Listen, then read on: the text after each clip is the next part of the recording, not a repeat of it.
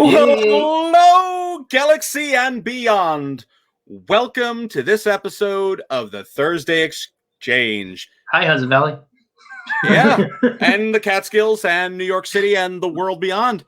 Listen, 10 episodes of the Thursday Exchange. We've it's like our 10 of these. anniversary. You want a hug? Maybe after the show. So we got a wonderful show planned for tonight. We have a really awesome discussion about the U.S. education system, and we have a great guest, Ryan Kamaska of Arcam TV is going to be here with us tonight. So we're going to have a lot of fun. We're going to interrogate Ryan. No, we're going to have some fun, guys. So it's been an interesting week of news here. Mm-hmm. Very interesting. So we're going to start off with the light topics before we hit it heavy, okay? Okay. So we like to tell these uplifting stories to, brighten the spirit and enlighten. Because there's so many crappy ones up there? Yeah. Well, not that, but I think it's very important for us to have a discussion. So, yeah. Employee at Goodwill. Now, we talked about Goodwill now a few weeks ago about how it's really not the greatest place, as far as, But anyways, an employee at Goodwill, employee at Goodwill happens to find $5,000 in cash in one of the donated jackets. Why don't I ever work at Goodwill? I don't want to say I'm not trustworthy and I wouldn't give the money back, but I hear all these stories about people like finding like a stack of cash in the pillows of their couch or in an old jacket. They're finding like $100,000. This guy found $5,000 and he was nice enough. Did you know? Did you return? Did you return it, Stefan? I invested it in the parking meter. Oh well, this gentleman returned the $5,000, and there is good people in the world. There are. Okay. Another interesting story of the week: utility workers in Wales. Okay, they're digging. The Welsh. The Welsh. They're digging to relocate some telephone poles, and they happen to go into a medieval cave. Wait, when you say relocate, they were looking for them, or you mean like... No, they were relocating Got it. Electrical telephone poles, and they happened to, find medieval tunnels going throughout the city. I'm Welsh. That's pretty cool. Yeah, you know what? It kind of... I don't know if you remember the movie, As Above, So Below, about... they were in France in the catacombs, and there was all these tunnels under the city. I don't know why I envisioned these Welshmen going down there and they're like being attacked by like demonic spirits and whatnot. But I don't think that's what happened. But it kind of was like, oh man, they just had the British to rule them. Oh God. Sorry, Britain. So a passenger this week on flight from Florida to Jersey. I don't know what he was mad about. But he happened to just, pull out his pepper spray and start going ham on the aircraft before takeoff. Okay. I don't know. I didn't know how he got on the airplane with pepper spray. Human error, probably, honestly. Yeah, it had to be, because I'm pretty sure the TSA does not allow pepper spray on the aircraft. They probably thought it was like hairspray or something like that. Yeah. It's the only thing I could think of, because, even I, like, one time, I was stunned because I inadvertently committed a felony just about. I went on a plane, and when I was unpacking my carry-on luggage, there's a dog stampede behind me. As I was unpacking my luggage, my carry-on bag had my Swiss Army knife, which has like a blade in it that's like this long. Whoa. And I'm like, how did that get through security? But my toy gun got taken away. I was like 12. Oh, of course, a toy gun on an airplane. But the actual blade that you can cut someone with, let's have him that. Yeah, everything has changed, post 9/11 on aircrafts. I can't even believe that you got on there. Like, that's like stunning. I'm amazed I didn't get like pressed up and like, whoa! Yeah, I'm surprised that, you didn't get taken off the aircraft forcefully. Yeah, I actually, I'm happy that didn't happen because I can still fly places. I don't want to be on the no-fly list. Anyways, on to the next one. So this week, I don't know what it is. There's a lot of like found treasures. You got some guy finding $5,000 at Goodwill. You got some other Welsh people. They're finding like medieval tunnels under the city. Arizona homeowners, they're trying to plant a tree, okay? And they end up finding a duffel bag full of guns. Like, this sounds like That's the American spirit for you. Yeah, it sounds like an episode of like Breaking Bad. Like, that's the first thing that came to mind is like Walter White digging or burying stashing his bag of guns in the desert along Murphy's with Law, his man. They probably went back there looking for those guns and be like, what the hell? So one last found item of the week. Seattle woman finds 1 kilo of cocaine in her crochet kit that she got from a thrift shop. That is some peppy crochet work. Listen, I don't know what these bizarre news stories are of the week where people are finding cocaine in bananas. Well, think about it. Granny lives in wherever you are, if you have cocaine or, and somebody stashes it in your bag, trying to hide it. That's very, very intelligent. Or maybe they're just sniffing it off the needles. I mean, I really don't. What does your grandma have in her? She was Swiss. She ate cheese. Oh, okay. So that's where she hides it. That's where she hides her cocaine, in the cheese. She ate cheese, and the other one was Australian. They ate burgers or something. So this week has been really interesting in the real topics, the deeper topics. I don't know if you guys happen to see the CPAC political conference this week, where former President Donald Trump gave his first speech since leaving office. Oh, but not his last. He's going to run again. Well, I don't know. I don't know if he's going to run again, but I could just tell you this. He came back full force swinging. This was an entire revenge speech. And it wasn't necessarily against the Biden administration. This was against the Republicans who didn't back him towards the end of his presidency. Yeah. I mean, he literally listed a whole Santa Claus list of naughty names of pretty much every Republican that doesn't see his way in the political party. He knows. F you, you're cool, F you, pretty much. He knows that he has a ton of supporters that will follow his every word. And the people that he, uplifts and the people that he supports will be in power, whether it's him or not. So the nominee, whether it's going to be Donald Trump again in 2024, it's going to be someone that he endorses. Maybe they'll surprise us all and have Melania jump on. I don't think so. I think he's a little slicker than that because he's going to pick someone who's already out there that might be kind of a moderate that he trusts, that will run his vision, whether it's running it into the ground or whatnot. We don't know, but he is a force to be reckoned with when it comes to the Republican Party. Well, he's also a master orator. Like, you think about it, he knows what people want to hear because people are tired of the same old BS. And he's used that to his advantage the entire time that he was in office. He's not going to stop. Well, there was a lot of hearsay going on over the past 6 weeks. Donald Trump is, he's destroyed. He's trash. The Republicans won't back him. People forget that it was a neck and neck election. I was there on election night, staring at the TV, and their numbers were flip-flopping very close. So it really wasn't a landslide election. And it was only at the last, the 11th hour when it started doing that too. Before that, it was landslide in his direction.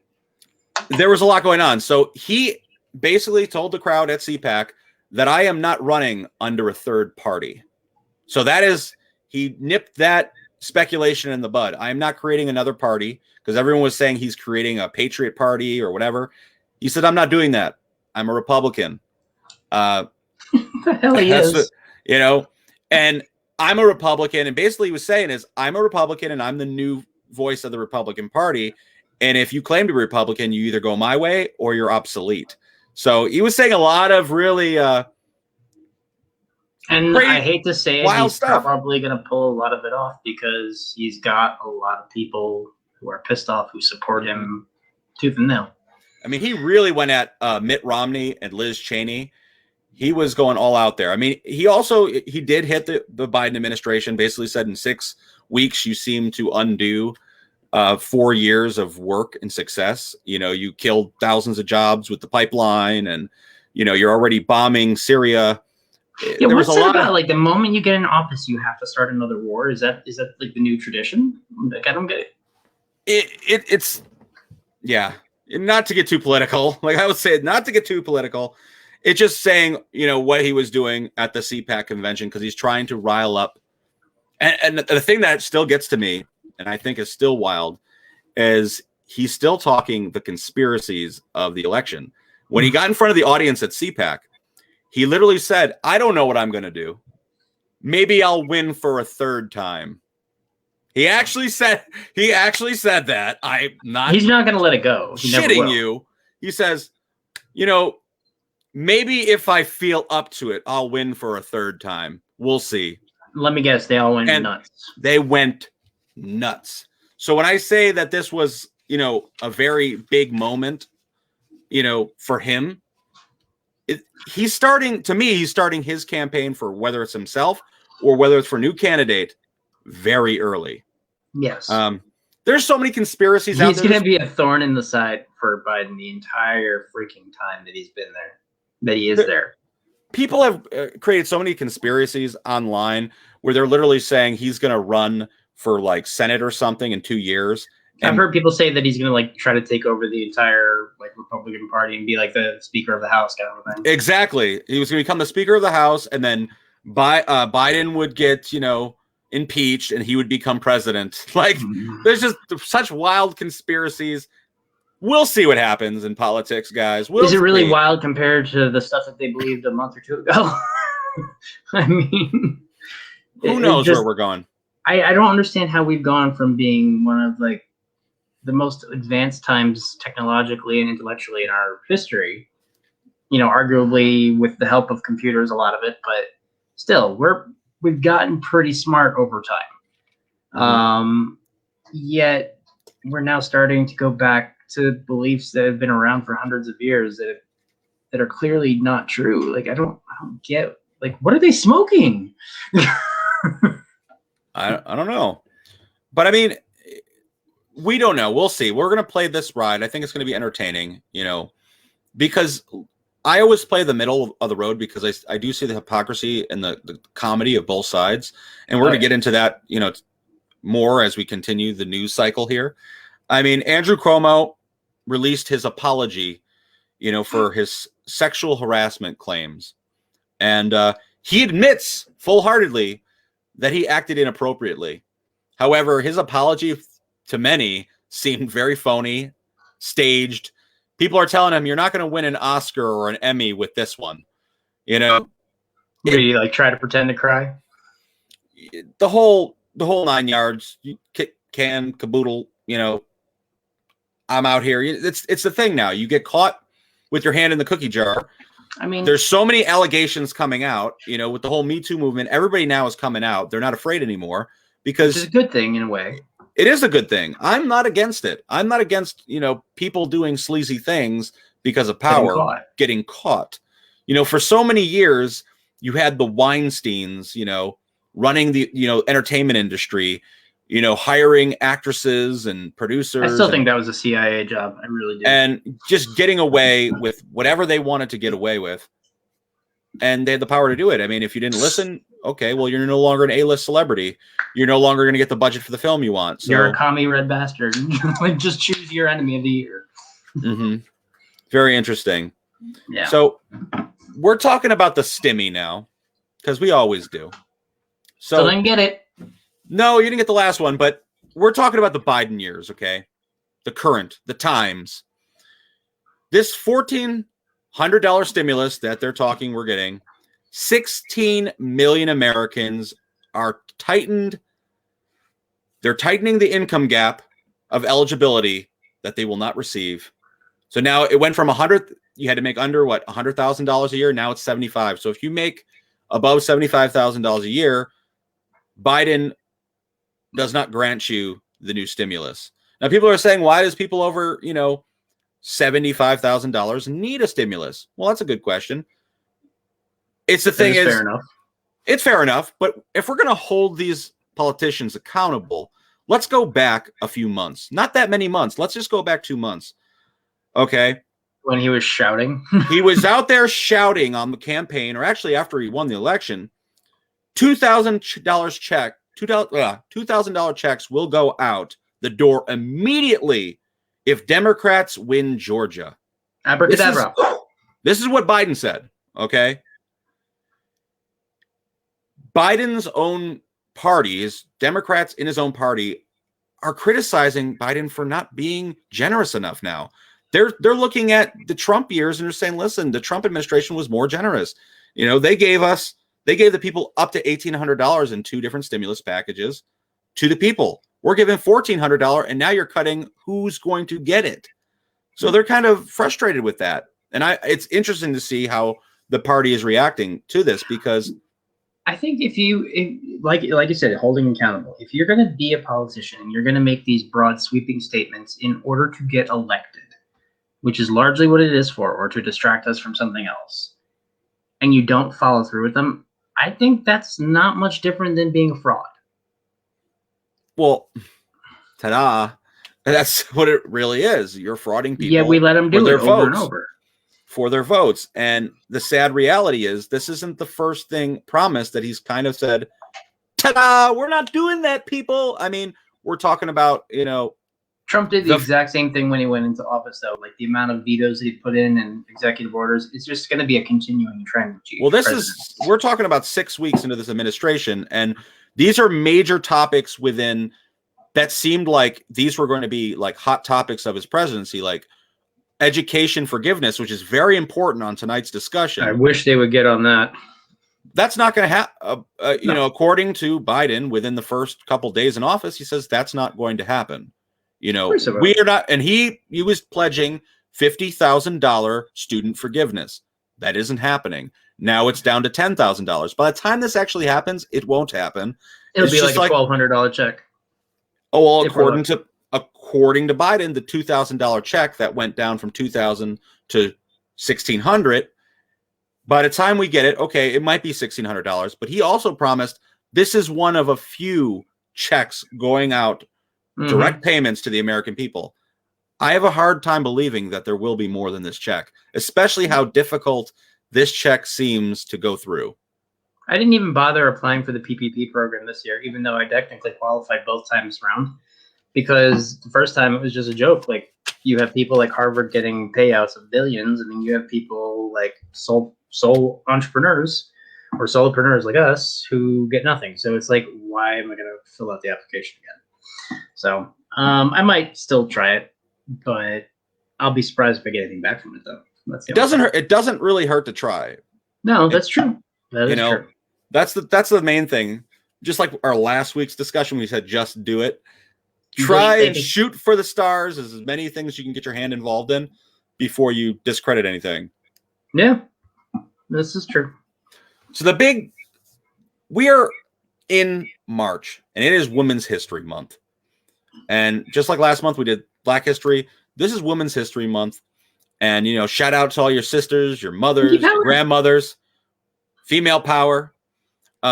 This is a month to celebrate women who have made an impact on our history, culture, and society.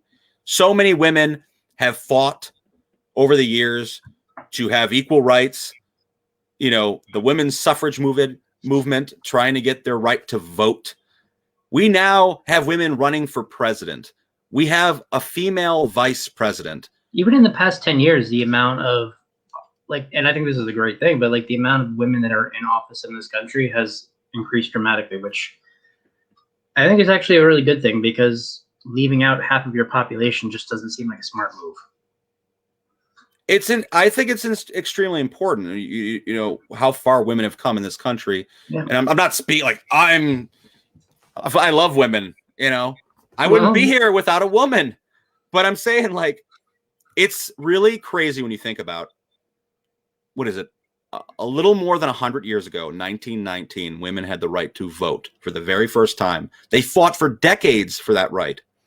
Democrats, and they got pushed back like they did with when the African Americans got vote too. Like, there was a lot of pushback on it. Democrats and Republicans at the time, they had staggered votes within the Senate. Okay, meaning some of these politicians did not support women's right to vote. Think about that. There was people in the Senate, in the House over there that were like, yeah, I don't think women should vote. I don't think my mom should have a right. You know, You think some of those old cronies up on the bench that have been in office for 20, 30 years aren't still feeling the same way? well, this is a very relevant topic. Yeah, it's hidden, but it's just hidden now. That's the problem. Something as wild as women's right to vote was like a taboo. Like, what, women? They got to stay in the kitchen. Don't quote me on that. But No. that they thought like that, and it's ridiculous because it's like, what side of history do you want to be on? Those people now, you know, the people's family members, they probably are long gone by now. It's like, you really voted for that. And there's, you know, interracial relationships, marriages were illegal at one time. There were so many things that were illegal at one time that even in the 90s, it was kind of like, it was starting to be more common, but even then it was like, ooh, wow, I'm like, who cares? Even with the civil rights movement, there's so many things that people are fighting for where, like, there's politicians still on the wrong side of history. They're still doing things in a way that are evil. They're inhumane, and they're getting away with it. And it's like, and I'm bringing the stimmy into this conversation. I don't know why, but I'm going to bring the stimmy into everything. I think you just like the word. I like the stimmy, but I'm bringing it into this because you think about it. There's people in the Senate and our president and, you know, whatever, Congress, who are sitting there and going, no, they shouldn't. We shouldn't give our people cash. We should, you know, give it overseas to some other countries to do studies on whales and things like that. But people don't need it. People don't need the cash. And that's what I'm saying. We got to keep our politicians accountable. Once again, topic of every week, making sure that we keep our politicians accountable, because women have fought so hard. And if it wasn't for some of these women, you know, women might not have the right to vote. We're going to talk about this lovely lady. Definitely wouldn't. Elizabeth Cody Stanton. Okay, she worked with Susan B. Anthony in the women's suffrage movement. She was an author. You ever see the photos from that time? They're awesome. Yeah, they're pretty creepy though too. The black and white and the Victorian look. But she was an author, lecturer, and chief philosopher of the women's rights and suffrage movement. Okay, she collected ballots to end slavery at age 17. She fought for the rights of equal pay for equal work. Now, this is an issue that was going on before, in the 1900s, in the early 1900s. Yeah. She was fighting for equal work and equal pay way back then. And that would not have made her popular at all. This is 100 years later, and women are still fighting for equal pay for equal work. You have celebrities in Hollywood who their co-star, that they have more speaking lines in the film, that's a male, makes double the amount of profit when they have the same star status. Why is that happen? Now, my question is again, don't kill me, people. I'm posing a point from another argument for argument's sake. I've heard a lot of people talking about how it comes down to not so much the fact that it's whether or not you're a man or a woman, but more towards the choices that men and women are more likely to make. And they use examples from Sweden, for example, the most progressive in terms of equality between men and women. It's either Sweden or Norway, but they're like the highest on the list of equality, yet still the women are predominantly going towards jobs that normally women would go towards. Not all of them, because it comes down to like factors of agreeableness and things like that. So there's an argument that could have something to do with it. I think it's more than likely a bit of both. I think there's a lot of prejudice, but I think also I think what you're talking to is something that was maybe a thing of the past. Women used to work jobs that were like women based. Okay? No, this is current. Well, even with you're thinking like Rosie the Riveter, but in jobs that men are the same type of job that men are doing, the same work. You know, whether they're foremans, they're making less money. Whether they're working in an office job at a collection agency, they're making less money a lot of times than their counterparts. Now, this is something that Elizabeth Stanton 100 years ago was talking about. So it's interesting how history sometimes takes a while to correct its issues. I mean, one thing and then that repeats some of them over and over. one thing that Elizabeth really fought for was women's right to vote. And she never in her lifetime got to see that. She died in 1906. And, you know, in 1919, 13 years later, finally, you know, the Senate voted it in where women had the right to vote. So it's sometimes the issues that we're fighting for and the things that are important to us, if it means and it matters to you, fight for it, because even after your lifetime, something that you might have fought for may come true. So it's kind of inspirational. Having a legacy. Yeah, and when you think about her legacy is extremely important even to us. I mean, because now there's a good likelihood, not to be a conspiracy theorist, that, you know, Kamala Harris might be our president. You know, we have a very elder president. She's at least going to run the next time around. Yeah, and other women, I know in our lifetime, probably within the next decade, we will have a woman president. It's just like, would that be possible without her pushing for the rights of women? So we're going to continue,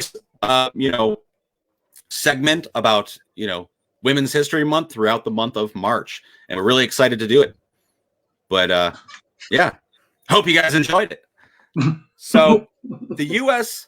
educational system, I think it's very important for all of us. Can I just say thank you to all the teachers out there also, because I come from a family of teachers and they bust their asses.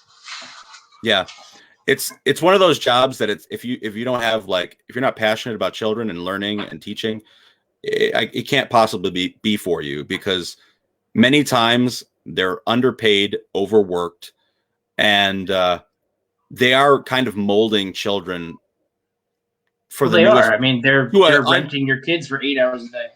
Yeah, for an unfortunate future. We don't know what the future holds, and they're trying to mold these students to be active members of society once they leave.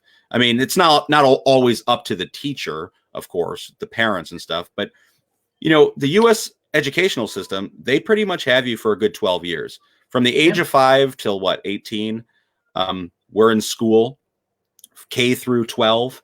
The way we work, it's the way our system works is we have a public option where all U.S. citizens are offered public school, but people have the choice to take their kids to a private school, whether that's religious or not, where they have to pay a tuition. And half the time, the religious ones have a better education anyways. You just don't have to listen to the religion part if you don't want to. Well, I think that could be part of it. There's a lot of great public schools out there. I think the issue with public schools is overcrowding. They have a lot more students to deal with. And because it's public, they have a lot more criteria and things that they have to ensure to get done in order to get the funding. The problem is the amount of bureaucrats that come for the number of students.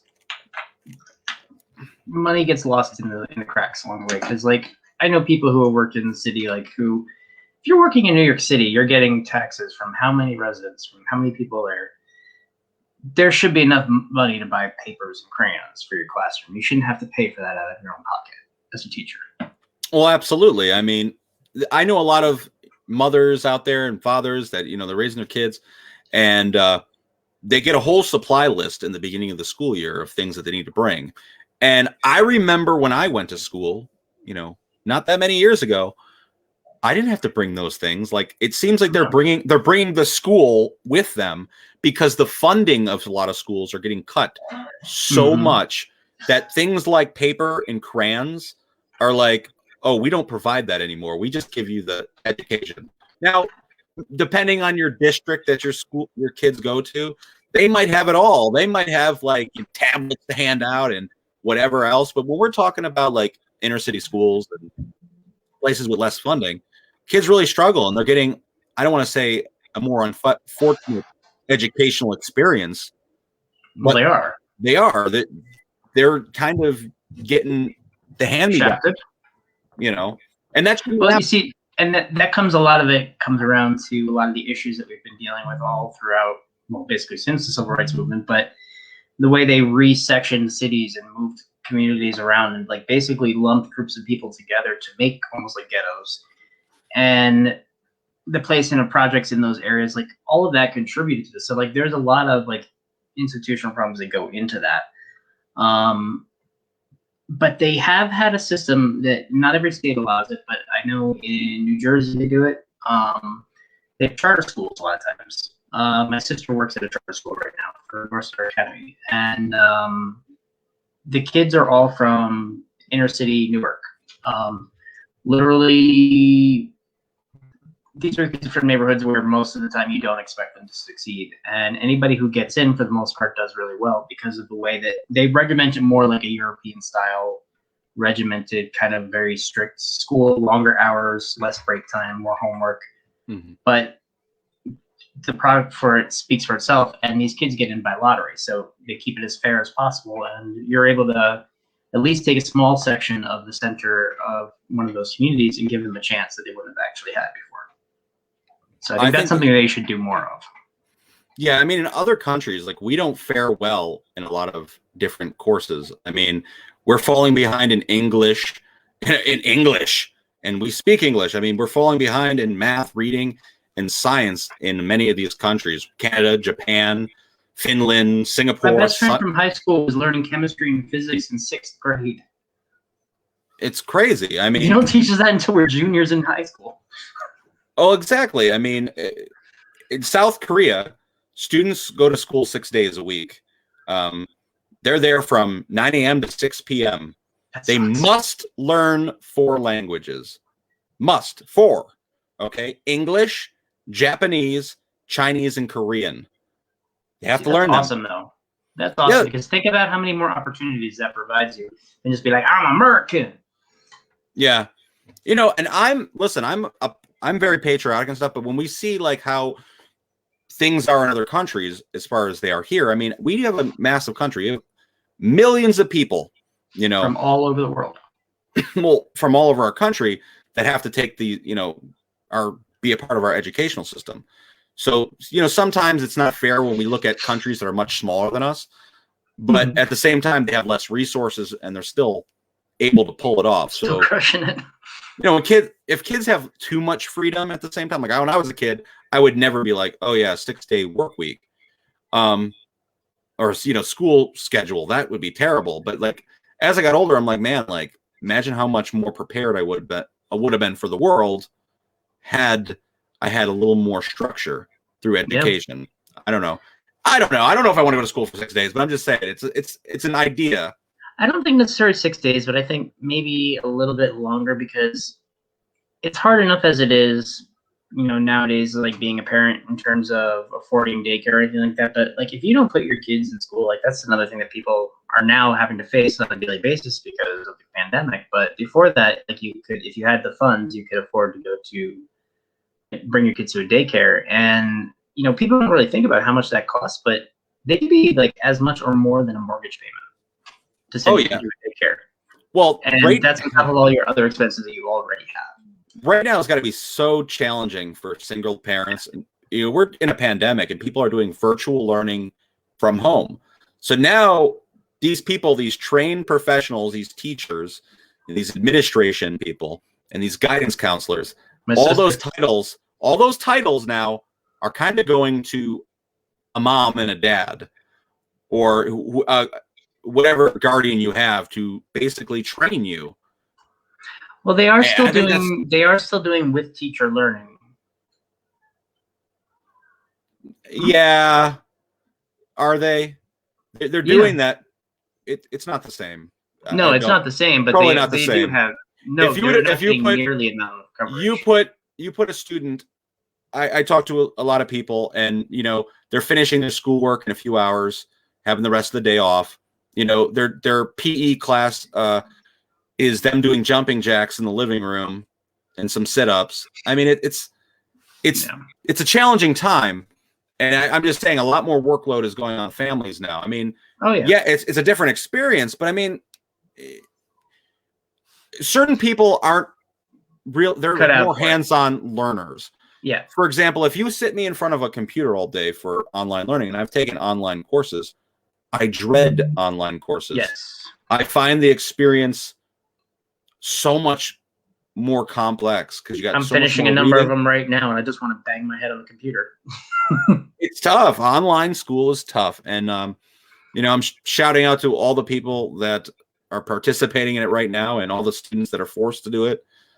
Kudos to you. You guys are doing a good job. Continue it. You're staying safe. But wow, it's just over the past year how much our world and our education system has changed. Yep, it really has. This, And I wonder when it will finally go back to normal, if there is a back to normal.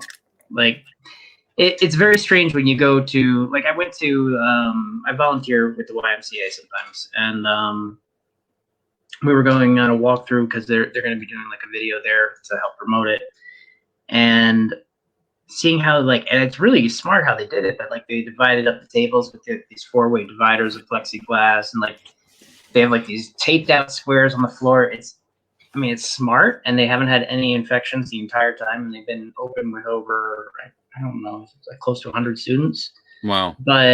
And they've managed to keep everybody healthy and safe, and by following these practices. But it's such a weird, sanitized environment. Like, you walk in, it's like, this is, the kids are doing well. They're having fun. They're still smiling. They're still learning. But part of me just goes like, what? Are we in like outer space?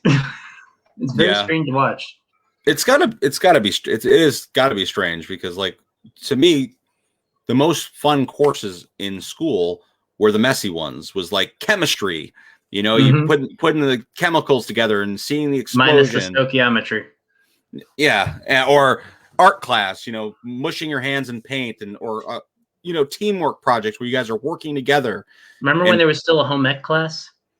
Oh yeah, talking about home ec classes, and I want to just go on education for a minute. I think they're extremely important. Yeah. I don't know why. I think the elimination of home ec classes is the reason why a lot of young adults nowadays that don't have like parental structure at home can't cook. They can't change a bunch of specified men running around going, like they don't know anything on how to take care of themselves. I'm kind of one of them. I'm dude, you in my 30s. Yeah, I could cook, but that's trial and error. I've poisoned a lot of people before I got to the point of people enjoying my food. What I'm trying to say is, like, things I had to learn from other people, like I wish I would have learned in school, like, doing my own oil change, changing a tire, learning checks and balances. And they do teach these things in courses, but I think life skills are important. Included. I think accounting and financial management, household finances, things like that should be more integrated into their math problems rather than these stupid questions about train. Like, yeah, okay, you're going to have your occasional train going at this speed kind of thing, but start integrating more questions that are practical to your everyday life so that when you get out, you're a little bit better prepared on how to, I don't know, break a 50. Yeah. Or pay multiple bills at the same time and say, what am I ending up with? This is nothing. Simple math. Nothing. You didn't get your stimmy. No stimmy for you. $0. Nothing for you. But yeah, I think it's, that was just my own personal agenda. Well, the other thing about school that I will say, I had a mixed bag of experience with school. I enjoyed it more towards when I was in high school. Elementary school basically sucked a big fat one, and middle school was kind of a blur. So I still had a couple of teachers, though, that I remember, and one in particular that stand out. And I think I mentioned her once when we were talking about like the Martin Luther King, but she basically knew that I was getting bullied like severely, and so like she took her own lunch break to sit with me behind the piano that she made like a little cubby hole and had like little sandwiches and stuff, and gave me like a copy of the Martin Luther King tape because she saw that I was interested in it, but prevented me from going outside and getting harassed on a daily basis. And so like teachers like that made such an impact on showing like they care about the kids that they're working with. Unfortunately, you have some of the other kind as well, but at least there's that. So I feel like in a way, yeah, teachers take on a different type of role that they don't get credit for. They're dealing with children for all hours of the day, the active hours of the day, when the kids are running around, when they want to be rambunctious. they're dealing with people who are from sometimes broken homes, who don't have resources at home, who don't have like a good family structure. And sometimes they have to step into those roles, and they have to almost be the psychiatrist. They have to be like the friend, you know, it's like being a social worker. I had so many teachers growing up that I knew, you know, I didn't know then, but I know now that they took money out of their own pockets to make sure that the educational experience would have been a little bit better by creating incentives like, oh, if you get this many gold stars, you're going to get this little prize this week or this, just to make sure their students little lollipops and Tootsie Rolls, all that stuff. And those are just little things. But I mean, even as I got older, in high school, I really didn't take it seriously. I was all over the place. I was, you know, did not take high school seriously. We don't need the particulars. Yeah, but there was a few teachers who believed in my work, and they believed in me, and they said, listen, let's be honest, you're not doing too good. Yeah, but you're capable of more. I had a teacher like that in college too. Just that in itself is the fact that we're gonna be honest, you suck. You're really bad. You have a lot of work to do, but I know that you can do better. And that in itself was almost like that was like lighting up sometimes. Yeah, it was like a little bit of a spark, and I really do like want to applaud the teachers that go out every day. And now with the pandemic, a lot of them, they're risking their lives with students coming from multiple homes. They're essential workers. So and juggling between home and teaching on the computer at the same time, like on alternating days, like that's not easy either. Very proud.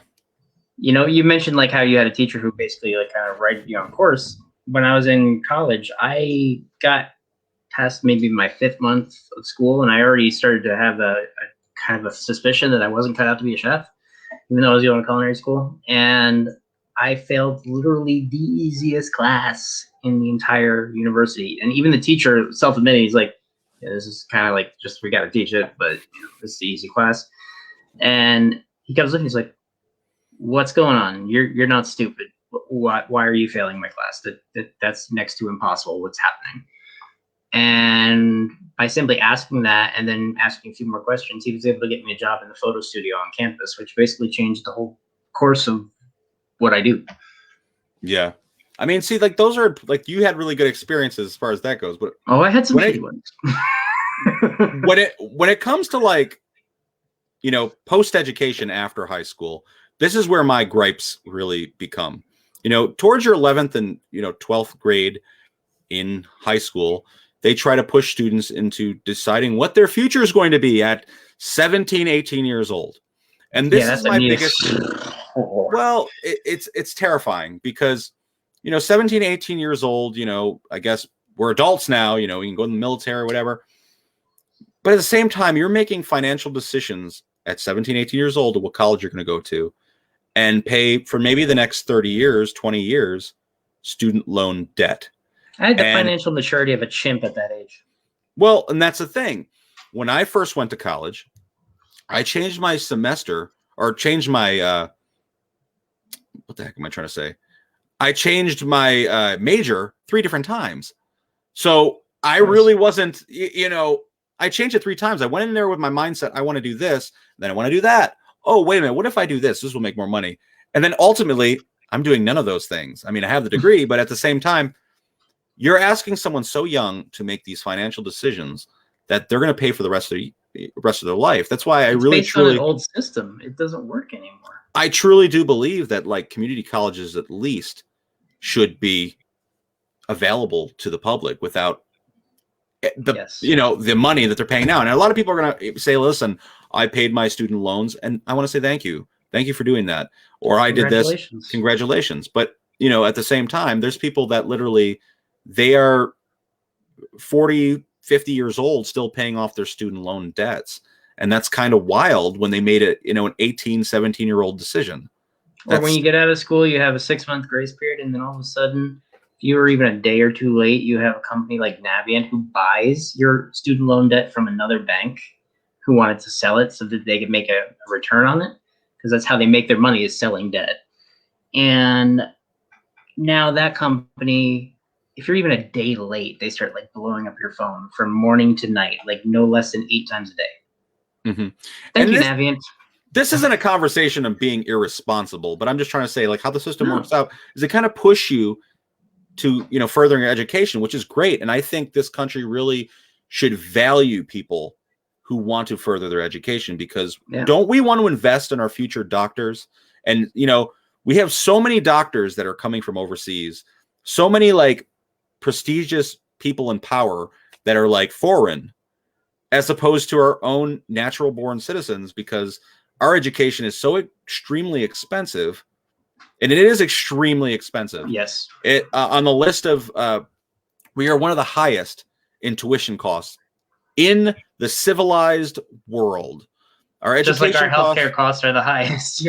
Our healthcare costs and our educational costs are some of the highest in the world. And if that, you know, if that doesn't bother you a little bit, you know, what side of history are you on? Especially when the health is not the best, even though we spend the most, and our education is not the best, even though we spend the most. Like, the fact is, like, when you go to Europe, I was unusual because I made a vow that I was going to learn to speak a language in 6 months, and then I busted my ass to do it. And I studied my butt off, and I practiced, and to the point where some days I had like headaches, literally from thinking. I'm like, I don't know how to say that. And then I had some people say, like, oh, you must be from Britain. I'm like, why do you say that? Do I have a British accent? No, but Americans don't speak other languages. Yeah. And they weren't kidding. Well, and they weren't wrong either. They really generally don't over there. Well, the truth of the matter is, like, I've taken Spanish courses, I would say from like 6th grade all the way through 12. Yeah. If not even earlier than that, I took Spanish. But if you ask me now to like say a sentence in Spanish, I'm just gonna say, "K." Like, I'm gonna like really. Español, amigo. I'm not saying that I was taught wrong or whatnot. I'm just gonna say that it wasn't as, I feel, strict or as important as it should have been. You know, especially when a majority of our country now is, you know, you're talking a big percentage is speaking Spanish. So we should have and I love the language. Bilingual studies. It's whether you like it or not, it's one thing. It's about educating your future and creating an importance on it, you know. And that's the same thing with, like I said, with people being pushed towards these universities when they're 17, 18 years old. Hey, you're ready for this $40,000, $50,000 in debt? They need to start talking a little bit more about trade schools and vocational schools too, because not for nothing, those career choices sometimes make way more money. That was actually the next point I was going to make too, is that, you know, you have a situation where the value of, when we were younger, it used to be you had to get an associate's before you could get in a job. Then it had to be within a few, maybe 5-6 years, you had to have a bachelor's degree before you would like get like decent paying jobs. Since then, the qualification has stayed the same. Like, you still have to get your bachelor's degree, but the return you get for it, now you're earning less than minimum wage. Well, that's for that bachelor's degree. It's really funny, like when you go on things like Indeed or, you know, searchjobs.com or whatever it is, you go on there and really laugh a little bit. You're looking at jobs that are like, requires master's degree, 6 years long, 6 years experience, you know, have to be able to, you know, work OT on the clock 24/7 on call duties, $14.55 an hour. Like, what? Like, that's like before tax. And that's, yeah, like, you got a lot of debt to pay off. You know what I mean? When you think about higher, you know, education. Plus, you have to add your healthcare on top of that. So if you have somebody like me who has a lot of healthcare issues throughout my life, I have to invest in a more expensive plan, because otherwise I'm going to be paying for it out of the front end, out of pocket. And that's even harder to do. So I end up having to take from my already diminished check that I'm giving these taxes to another $250 a week when I was working. And I was walking away by the end of the week with less than $600 in my hand for 40 hours of work. And that's a sad reality. I mean, that's the future that a lot of Americans can face. And it's the educational system. It's not their fault, but it's how we're kind of brainwashed to believe. Like, if you don't go to 4-year school, you're an idiot. That's a lot of, like, that's the mindset. Yep. It's not what's said. It's like what's believed. Like, you won't be successful unless you go to 4-year school. Do you know how many people I work with that are extremely educated. They got multiple degrees, and they're working but side by side with somebody with their GED or no degree at all. Like it, if you don't hustle a lot, you don't know how to interview. Half You the don't have time any, that other person's doing a better job. yeah, and what I'm trying to say is people need to endorse and put those options on the table, because we were always brought up to believe that, hey, don't be the garbage man. Yet the garbage man was frowned upon. Everybody associated it with being the bad kid. Exactly. Don't be the garbage man, but the garbage man makes more than the high school teacher by a lot. Like, that's what I'm saying. Like, you know, He just has to take an extra shower. Who cares? Don't be a plumber. Don't be a plumber. But the plumber's Are you making kidding like me? They make a Nike ton, man. exactly. But that's what I'm saying. Like, these options should be on the table. Granted, I don't want to crawl through your spider's webs. I'm not afraid of spiders, but I hate the feeling of them on my face, and that's a big part of it, is going through crawl spaces. You can have that. I can't do it. But yeah, so you know, that was our little discussion primarily on education. I think there's so many different alleyways and tunnels we can crawl down through, but I think we hit the gist of it, is just how we really appreciate teachers and what they're doing for the world right now, given COVID has kind of changed the way things are.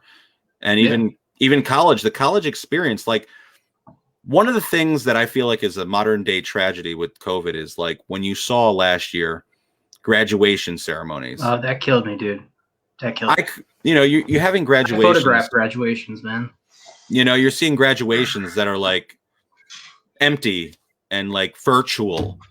That doesn't hold the same type of or a ramp in a experience. parking lot with a congratulations class of 2020, and Or the kids are like proms. walking up with one down the other. Proms, you know, Yeah. you go to a prom or college graduation, you know, school dances, sports games, everything like this virtual. It has changed so much.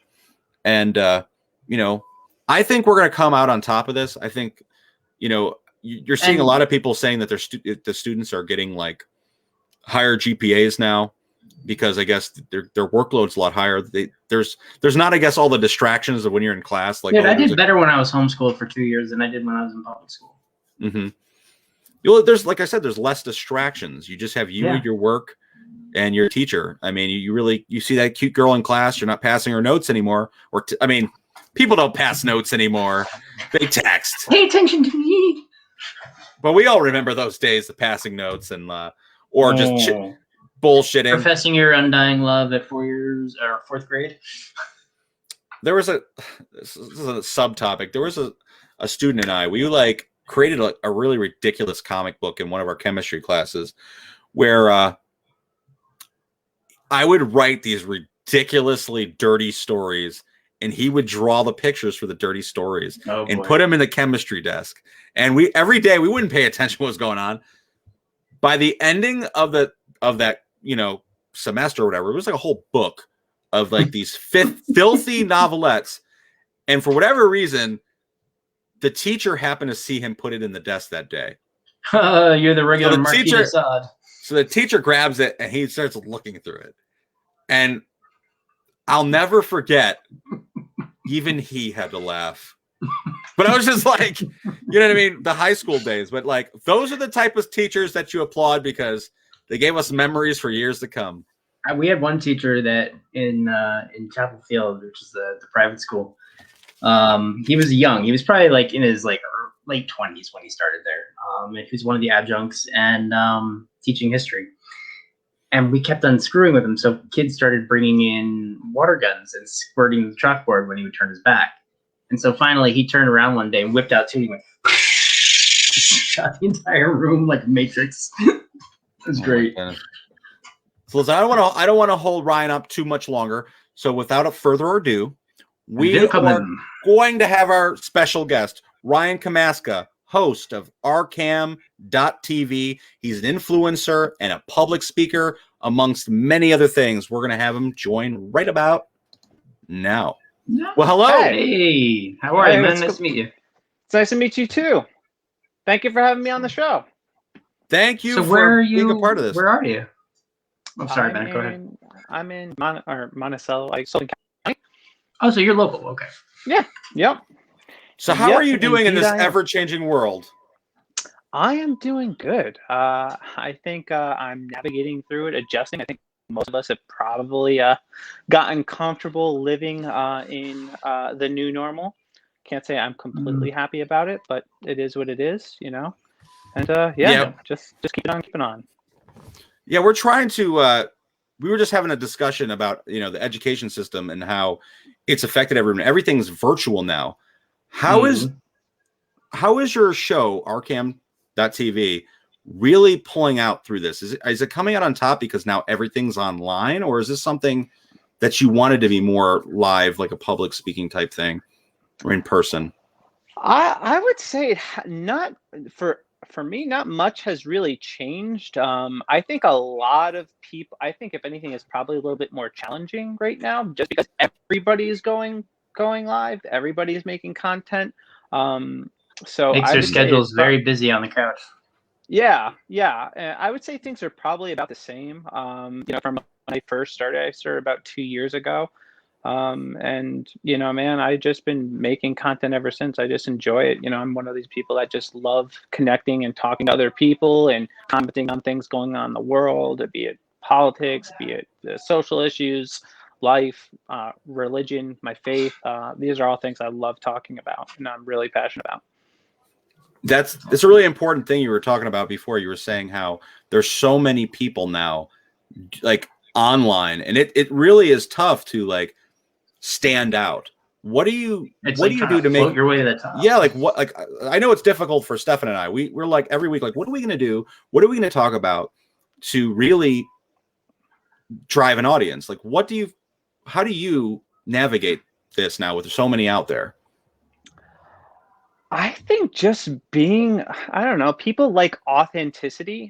So I just think being as authentic as possible is probably one of the things I would recommend doing. And I would say, obviously, following people that are, making a big impact, seeing what they're doing, seeing what they do to generate, generate a following, and even down to the production, what exactly are they doing and how they're doing it. But man, I've seen some people, I mean, just start in their cars, and just be consistent. I think one of the things actually I got from actually listening to I think your last guest, he had mentioned being consistent. And I'm like, man, that's something I need to do more, because I think people like that dependability. They like somebody being there every week. They want to know every single Monday there's going to be content coming out. And sometimes that little bit of content is, helps people kind of get through the week and process what's going on, because we live in a world, man, where we're constantly bombarded by information. I mean, every single day we're getting something new. The news cycle, you open your eyes. Yeah. It's less than 24 hours and people are already moving on to the new subject. So I think in order to stay relevant, you got to continuously put out content, and it depends on what platform. I know on YouTube, the way their algorithms work, you have to be getting content out constantly. And I think the way that the most effective way to do that is maybe just break a show up in segments and put little segments out. So the more content you get out, the more discoverable you are, the more you're getting your name out there, and people stumble upon your content. Yeah, as long as you don't break it up too much, though. People don't realize how complicated it really is to create a fat amount of content to go out there, and how much work goes behind.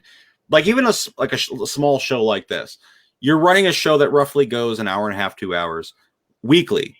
You have to create enough content, do enough research, have guests, and promote it so that people see it. So how do you find, like, when you're doing an episode or whatnot, who to put on there that's really going to shine, that you're going to connect with? Do you like people that possibly have more friction, or that are going to like debate you on issues or agree with you? How do you really pick a guest? I pick guests of just people I enjoy talking to, that I think people would enjoy hearing from, So, I've had you on. I thought people would enjoy kind of what you had to share. I had a buddy of mine from Bolivia, kind of share on some situations that were happening there. And I thought, some of his perspective, especially on politics from there, was eye-opening. I think people would generally really want to hear what he has to say. I know next week I'm having this woman in a band, her name's Ash, on my show, and that's pretty cool. So I'm looking forward to that. So I just kind of, I mean, really, it's who I find interesting and who I think other people are going to find interesting. Because chances are, if I find them interesting, I want to hear what they say. More people are going to want to hear what they say. That's how I feel too. I find it hard. I do find it hard. Like, I love speaking to all the guests so far, but at times I'm like, do I want to, interrogate these people? Do I really want to get? Because I know you're an outspoken person, and I love that about you. You find myself creeping up on your statuses every so often and like debating right there with you. And I find that in a world now where everybody, like the cancel culture that we talked about on your show, it's people are afraid to speak their true opinions because they're afraid to get ousted. And you're not called a racist, called anything, whatever it is. Yeah, I agree. I think that prevents a lot of people from actually speaking up. Some people I actually personally know, they have a great perspective, better perspectives than I do, and better takes than I do. But they're just afraid of getting canceled, and I think it's kind of counterintuitive. But I heard someone recently say, it's scary when you're going through it and you're being canceled, but the news cycle's so fast. In a week, these people aren't going to care anyway. So why should you? And that kind of, I was like, you know what, he's right. Depends on how much you flail, I guess, as you go down. Yeah. I'm gonna keep on keeping on, and and say what I say. If people like it, they like it. If they don't, whatever. I'm gonna keep saying it. I'm a firm believer. If you at least stand your ground, it makes things entertaining for the audience too, whether they agree or not. If you can explain yourself too. Yeah, well, there's nothing worse than you like having an opinion about something and you really don't know the facts, and then you just the Earth is flat. Whoops. Yeah. The Earth is flat. I think a cool format that I like is like how Joe Rogan does it. Where if they're having a conversation, they don't know what they're talking about, but they just got that guy that pulls up the facts. All right, let's look at it real time and kind of uncover the truth. I like that too. I'm not set up to do that, so I can't multitask that fast. But maybe in the future that'd be cool.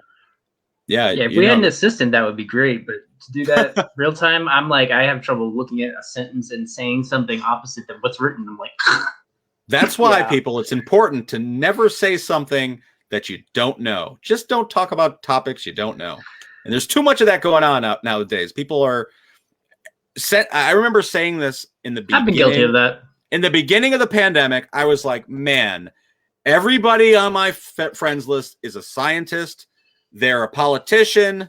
They're a doctor now. And everybody's giving out facts. Come on. I'm a talk show host now. Jeez. We kind of are. Yeah, listen, you gotta have fun with it. You gotta have fun, or it's not gonna work out. Yeah, and I think if you are going to comment on something that maybe you don't know, just be a little bit honest about it. Say, hey, I messed up. I don't really know a lot about this, or so forgive me if I get something wrong. But here's what I think. This is just my opinion. I don't know if this is fact, but this is kind of what I think. These are my first thoughts. Fact check me on it, and if I'm wrong, I'll go look later. And then be transparent, be honest, apologize. Say, hey, I got it wrong. What I struggle with too also is like I have some issues with short-term memory. That's Charles. And I'll be middle of a sentence and like an old person forget what it is. I'm like, wait, help me out here, help me out. It's because of sleep apnea. It affects your short-term memory. So basically I sometimes will get things mixed up and then have to correct myself afterwards because I'm like, as I'm saying it, I believe it, I know it, and I'm like, oh wait, no, I got that backwards. But just come out with it and say sorry. Just say what you did. That's it. Yeah, and give yourself a little grace too. Like, we're human beings, we make mistakes, we're fallible. I think that's part of the problem with our culture is we don't give ourselves that grace to recognize, hey, we're human beings, we make mistakes, it's okay, and extending that grace toward other people. I think we live in probably one of the most unforgiving cultures of our time, which is unfortunate. And I think we need a little bit more forgiveness for people that do drop the ball and stuff, whether we like them or not. I think a little bit about that is our I think to add to what you were saying is to add and incorporate about our educational system too, is not just our educational system, but our culture. We're bred to believe that we're unstoppable and perfect. We're the best, you know, and it's hard to take criticism. It's hard to say that we're not. You know, we were just talking about how the educational system, we're so far behind in math and reading. It's unbelievable than a lot of these other civilized countries. And I wish everybody had the opportunity to go to at least one other country to see how they live. yeah, but it's the idea is just in knowing that it shouldn't be really an insult other than a reality that we need to do better. And that's the same thing with our own personal thing. Knowing how your flaws so that you could get better at doing them. Yeah, I So think you're- that's motivation. Yeah, to improve. I had the opportunity to kind of, you know, I'm not well traveled, but I've traveled enough. You know, I've been to Nepal. I've been to India. I've been to China for a very brief period of time. So I've gotten an opportunity to kind of see kind of these other cultures and how they operate. And you know, one thing that I noticed at least when I was in India was I would ask people, you know, what are your dreams? What do you want to do? And all of them wanted to be engineers and doctors. That was it. It was the same answer from all of them. So that was their discipline. And I think you know, part of what we lack here is that discipline to say, hey, I'm going to do this no matter what, to work toward this no matter how hard it is, or even having the courage to kind of challenge some of what we do in our traditional education system because it might not be working. You know, we have a one size fits all for you know, everybody, but not everybody's going to learn the same way. I certainly don't. Yeah, and we need to start working on more behavioral stuff, like to help kids get through a little bit of hyperness rather than just immediately sticking them on a pill. Some kids, yes, it's helpful. Some kids who really do benefit from it, but a lot of kids, unfortunately, like especially when we were younger, were zonked out because they were on all these different medications because they were a little too hyper. Yeah, I completely agree. I find that right now we're at a weird time because you were talking about when you went overseas and, you know, would you say India, or where you're saying everyone wanted to be like a doctor, or, you know, it's interesting because now, like in America, people, we really know what we're influenced on. I can't tell you how many people I know, adults, not children, that their ultimate goal is to be, you know, a YouTube influencer. And that shows.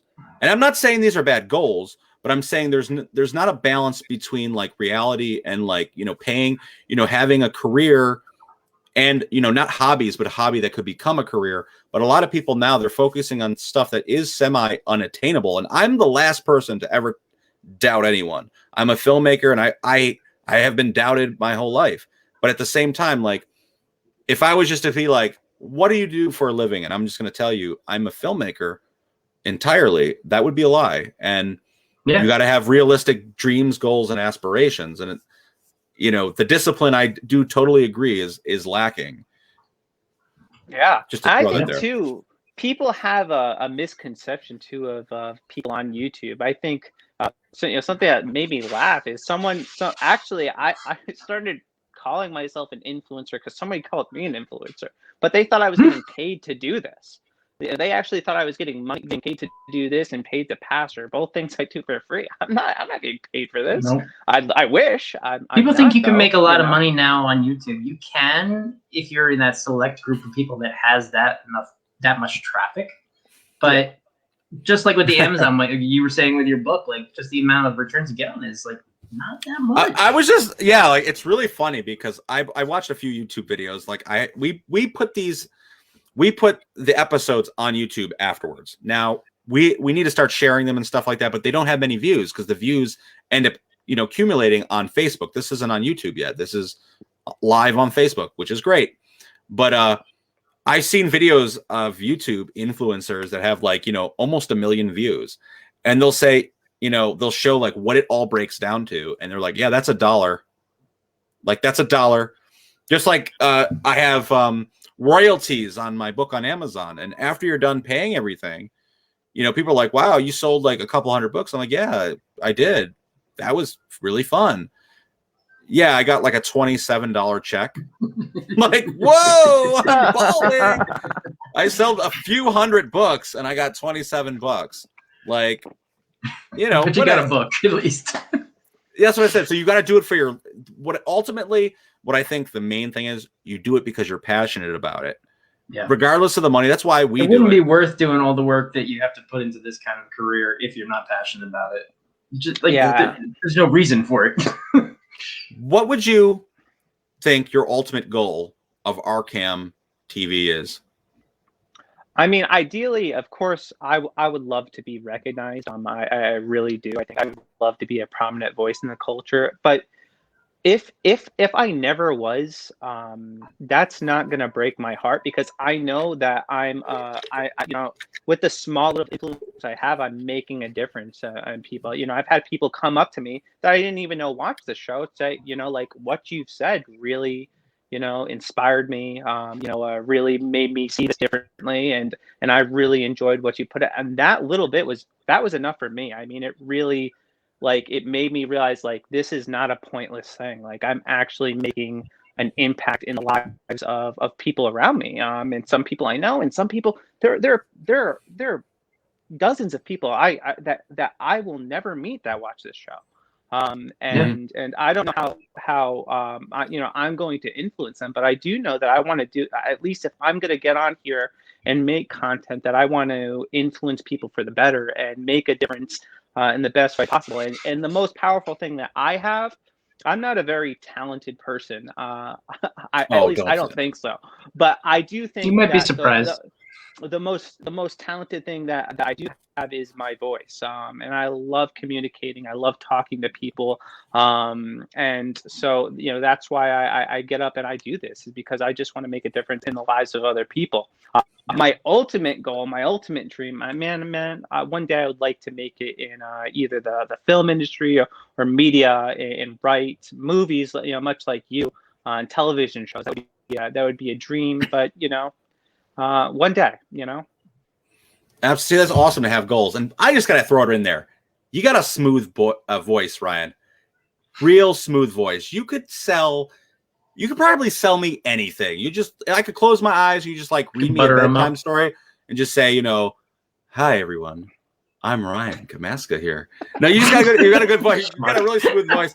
No, but I'm serious. You do have that radio voice. And last time we talked, you were speaking a little bit about interest in writing a book. Yeah. Now, if you were to write a book, what exactly would it be about? Oh man, I have a couple different ideas. And I thought about kind of just telling a little bit of my story and some of the things that I've been brought through. And I don't want to give spoilers, but some of my real life stories. I mean, there's been moments in my life where I'm like, my God, like, this feels like a movie. Like, this doesn't feel like this feels like something that would happen out of a movie. When I came to believe in God, I came to God in the middle of the woods with like the clouds parting. Like that was like my conversion experience.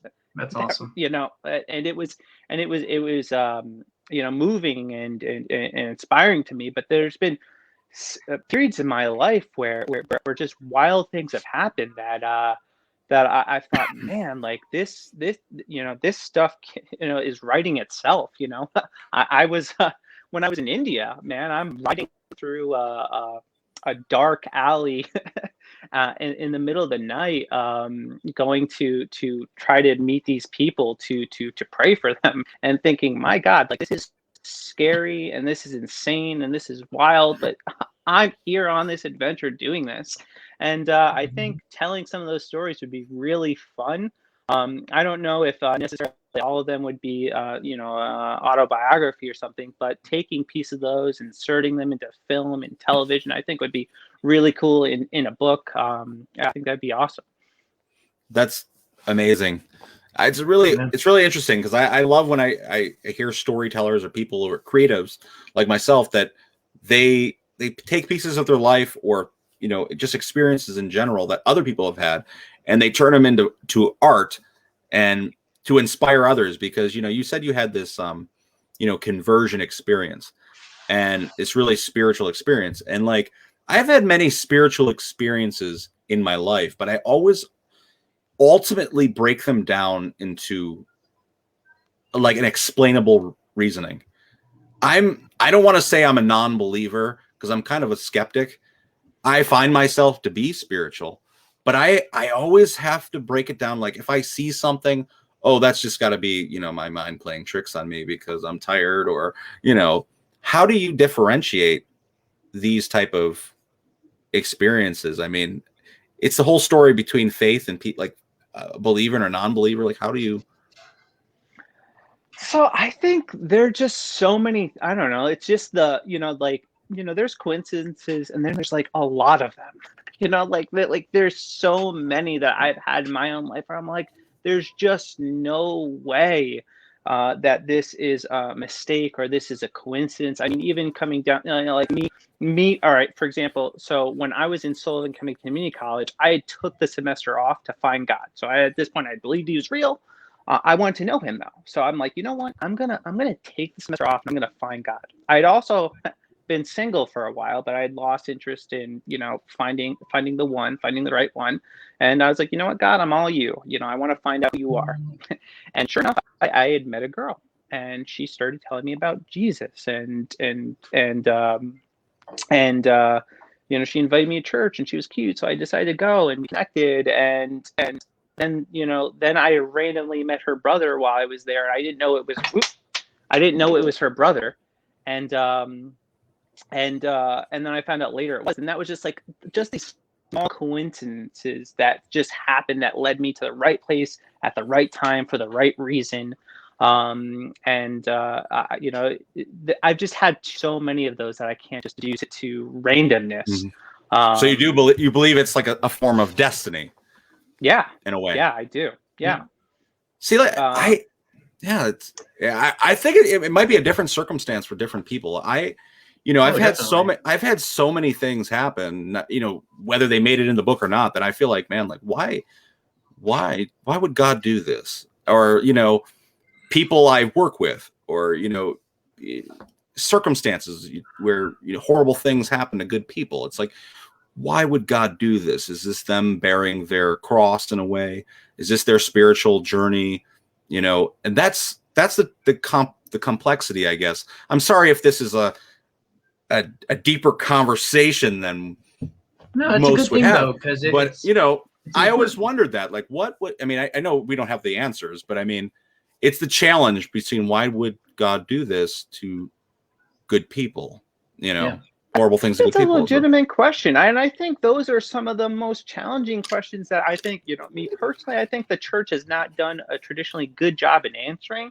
My firm belief though is even with these tragic things, I mean, I believe God is all powerful and he can take the worst circumstances and work them together for good.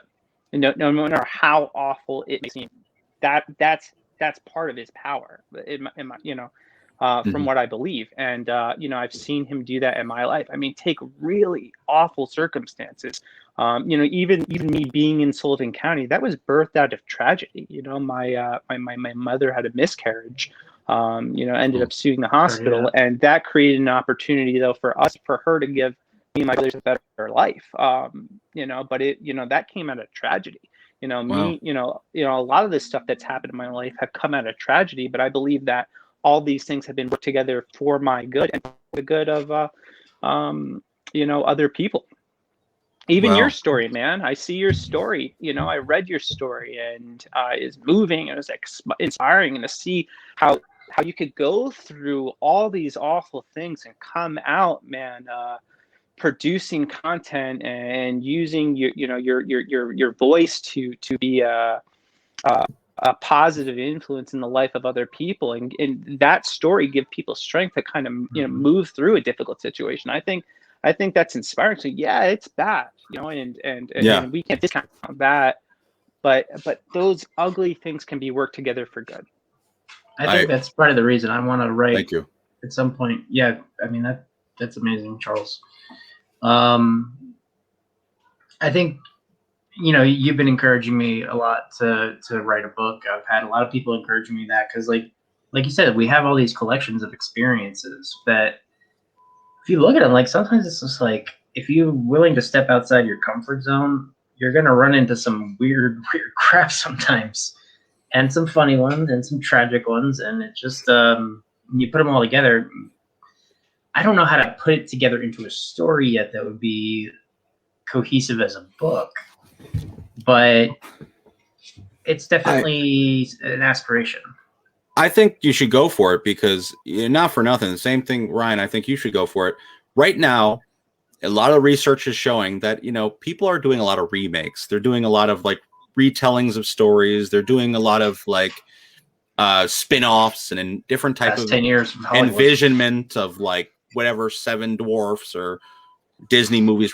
It's not even just that. People are looking for an authenticity, and they're looking for something new. And we all have our own story to tell. And probably 90% of people out there, they say they have a story to tell, and they do, but they're afraid to tell it. So if you're one of the other 10% that is willing to tell your story and be entirely honest through the process, I would definitely do it. I mean, it's very tough once you put yourself out there. It's hard to take it back. Like I struggle with the idea: should I take my book off Amazon? Should I leave it there? You get a bad review, whatever. Someone doesn't like you personally, and they give you a bad review on your book. Even though they bought it, apparently, it hurts. But it's like the journey. I think is worth it to do it, to get it out there. But I was going to ask you, Ryan. You're a man of God. You hold your religion very dear to you, and you're very outspoken. So when you're like supporting a political candidate, do you see one and the same? Like, does the political candidate have to have motives that support your religion, or do you keep them both separate? I mean, in an ideal world, of course, I would want a political candidate that supports, like my beliefs and my values. The reality is that we're not going to get that. At least, me as a believer, I don't think I'm going to get that until Jesus returns. So I kind of got to do my due diligence in supporting, I think, the candidate I would say is most in line with biblical principles.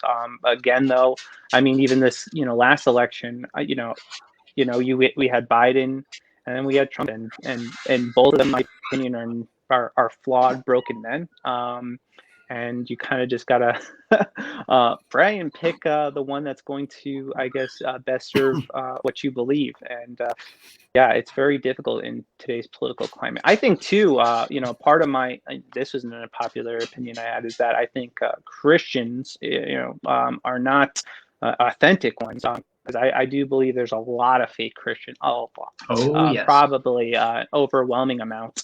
That don't have the courage to even live by their own convictions. And I think to really have a solid, sold out person in politics would be a beautiful thing, and not someone sold out to their political party, but sold out to what they actually believe, their faith. I mean, somebody that lives according to what they believe. And I'm convinced too, a lot of people, they think Christianity is a joke. It's Christmas, Easter, Catholics. Yeah, it's full of hate. You mean people. Me? Yeah. Well, No, I think this is in part though because most like who's gonna believe Christianity if most Christians don't believe Christianity? Well, here's a question for you. As a kid, even as a little kid, this is what makes it hard to get past. Like, it depends on what denomination you are. Like, I'm Catholic. They believe in transubstantiation, all that, like the bread turning into the body of Christ. And I remember very distinctly in first grade going, "Mom, does that mean that I have God stuck in my teeth?" Like, you have like these, like, just like, I know it's very random. Correct, my brain kind of goes out of left field, but you have like these logical things. Like, why would you believe that? That seems a little absurd. I'm eating a piece of bread, yet I'm being told that this is God, and by my faith, I believe that. But at the same, it gets. If you're not asking questions, I think at that point you should start, because then you can understand it better. So there are people that believe like the Bible is strictly literal, and I'm not one of those people. I believe it's literal and metaphorical. I mean, Jesus makes a comment about it being easier for a rich man to go through the eye of a needle than to inherit the kingdom of God. Does he literally? No, of course he doesn't mean that. It's a metaphor. He's not being literal, and the Bible's full of that. And I also think too that God is brilliant, and there can be things that are both literal and metaphorical at the same time. So there's there's a talk about a third temple being built. And I believe, it's very possible that could be built, a literal third temple, but also we are also a metaphorical temple. So the Bible's full of that stuff. And I think, it involves diligent study and being able to ask honest and hard questions to church leaders, and them being willing to go on that journey with you and help you find the answers. Yeah, I brought up that political question, not to throw you up. It's just an interesting topic because, this year, one of the most, pro-choice presidents of our time is our second Catholic president. And that makes it very confusing. It's confusing for a lot. And, there's a lot of other issues too. That it's just so weird how, things like that get incorporated with politics, but, they are human beings as well. So, yeah, that's why I thought it was interesting how what supports. I'm not asking you to tell me who'd you vote for, but it's important conversation to have, and that was a big challenge for a lot of people. It's a good question. I mean, I'll be completely honest and transparent with you guys. I mean, I didn't vote for Joe Biden, and part of it is his policy on abortion. Part of if you want to know the truth that I even started our camp to begin with, because I saw New York City light its tower pink and celebrate the pass of the Reproductive Health Care Act. And that really rocked me, because that allowed babies to be aborted into the third trimester. We're not talking, there's no debate being used in the vaccines now. Yeah, it was really heartbreaking for me. And it was in that moment where I knew I cannot be silent about this. These are fully formed babies. And that plays a lot into my decision when it comes to the voting booth. I don't want to make that a rule. You're saying you have to vote this way because of it. But for me, that was a huge thing. Because if in my opinion, if you're not willing to support our most vulnerable, then how are you going to care about my life? How are you going to care about the life of the elderly? If you don't place inherent value on those in the womb, what is that going to say about me? What is it about older people? And it was a really a difficult thing to be confronted with, but it's impacted me. I'm glad you brought it up though, Charles, because it's that was something that I struggled with myself, because I'm very middle of the road in a lot of my political beliefs. I'll call them all out on the crap, and I'll give them praise for what they do right. It should be based on your merit. However, when you have a political candidate who is the Catholic candidate who supports the one bill that I have, this was my own struggle when I went to vote, and I'm not going to go into who I voted for, but it really weighed on my conscience. Do I go this way or do I go this? Because I support almost all of these policies, yet I don't support this one. And this one's very important to me. And it's how do you make that decision conscientiously? And then also, again, this goes into the whole thing of just because I'm having this debate with myself and questioning my conscience immediately opens me up to people who go oh, you're a baby hater, you're a woman's hater, everything like that, because you're pro-life, you must be hatred of all pro-choice. One of my best friends is pro-choice. You have to understand where people come from. To get, not to throw lighter fluid on the fire or just create a debate, being three men discussing this topic that's primarily over women. I know it's, unborn child and stuff, but at the same time, I've known a few people who have unfortunately had abortions and stuff like that. And it's nothing that I feel anyone is truly, at the end of the day, I'm proud that I had. I mean, there is women out there that say all types of things, but at the same time, it's the most personal thing that's ever going to happen to them. The most, traumatizing thing that's ever going to happen. I don't know. it's tough to discuss. It's difficult, but I just want to ask, like, who truly impacted you in your life, like really affected you emotionally, or inspired you really to do what you do? Like, it could be someone that's here, someone you've seen on TV. Oh man, there's a lot of people. I mean, a lot of people throughout my life have motivated me to do what I do. I mean, my mom, motivated me to work really, really hard and care deeply for people because she cared so deeply for people. I mean, she was the woman that was taking all the kids in from the neighborhood and worked, 40 hours, or 60 to 80 hours a week to make sure me and my brothers and my sister had a life that she never had, and she was always putting our best interest in mind. And and then there's my dad. He worked hard too, and he was there for a time when I really needed him. And there's a lot of people. I cannot say that there's one person. And also, obviously, Jesus is a big role a model for me. JC. Yeah, I mean, you got to think about it. That he would be canceled right now. A lot of things that he would say would be canceled without a doubt. There's no question in my mind. Yeah.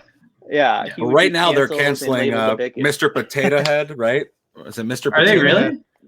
Well, I guess he's not in Dr. Seuss because I guess that's ridiculous. I don't know which Dr. Seuss book, so I don't want to requote it, but it's something with gender identity, where he's basically saying, you're a boy, so you can be a father one day, and you're a mother, so you could be, or you're a girl, so you could be a mother someday. It was some like rhyming scheme, and that really offended people who, don't believe in Welcome to Wokistan. Two different genders, and whatever you believe, but at the same time, like, to cancel some sort of literature that was written years ago just doesn't seem, and made us smile for the past 30 years. Only now is it offensive? Yeah, we're at the book burning stage of I'm waiting for Walt Disney. I'm waiting for Walt Disney, Disney to get canceled, because if you go back in the history of Disney, the early Mickey Mouse days, you're seeing like, very pro-Nazi type, Mickey Mouse stuff. The original ones were incredibly racist too. I don't think he's going to get canceled. Honestly, no. I don't, because the Mandalorian, he's making them money. Exactly. What they'll do, and here's what I don't really have a lot of respect for Disney, because they don't stand by their own conviction. So they'll cancel people for saying problematic stuff, and they'll put warnings about problematic shows that they are making money off of. Well, if you really believe what you say, and take them off anyways. and stop broadcasting it.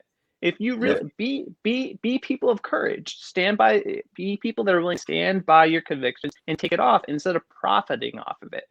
And I think they wanna continue to profit off this stuff, so they'll just slap warning labels on the stuff they approve of and cancel the stuff that they don't.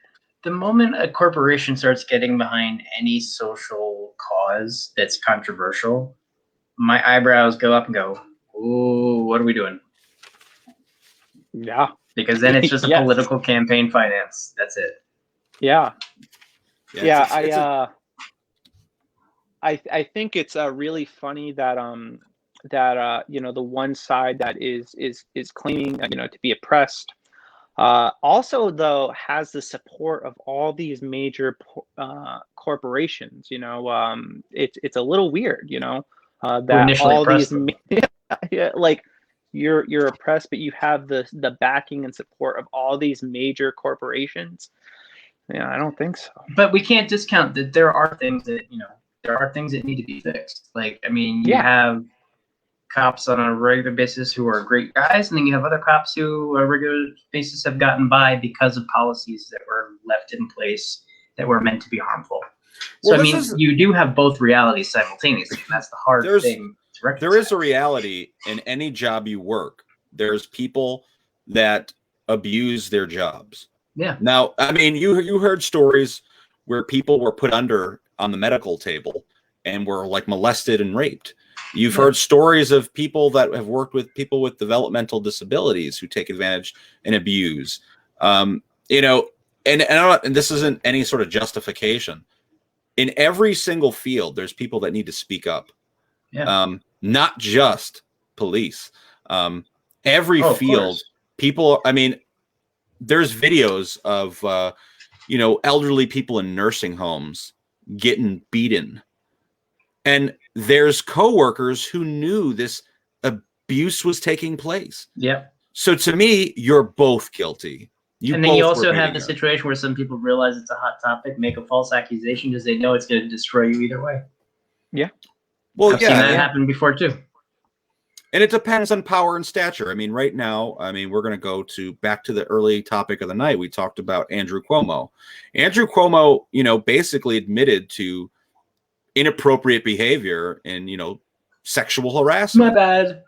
Anybody else in that situation would be forced to resign. Why is he not? Because he's Andrew Cuomo. Oh, whether and you like he him or not. killed a bunch of people by sending them back and then lied about the number. Oh, yeah. Why is he still in office? Yeah, this story is really wild to me, because if anything were to bring him down, like, I'm not discounting like the That's the, almost the like getting women written that are off as an accusing okay him. thing. You know, that's horrible. But this is the guy that sent COVID patients into nursing homes and literally killed people's grandmas. Like he did this. I used to work in nursing homes, and that's not the scandal. And the way they're going to get away with it is because they're going to claim it was so early on and they didn't understand and they didn't know what they were getting into. But if the flip side of that coin was that everybody knew how bad it was, and you know what I mean, on the other political side of the aisle, because, you know, Trump was president at the time, oh, he knew, you know, how bad it was. Well, they didn't, apparently, is what you just said. But you see, they don't, because if they knew how bad it was on a regular basis, just due to the fact that they don't have enough money to staff the places properly, you're going to see stuff like 22 patients being taken care of by one CNA at nighttime. Correct me if I'm wrong, though. Didn't at that time, too, like, Trump send boats, you know, ships that he could use to help act as an overflow, just in case there were missteps on. I mean, it was such an untenable situation. Like, literally, like, working in the medical field myself, like standing in the room where they're giving the conference on a daily basis with your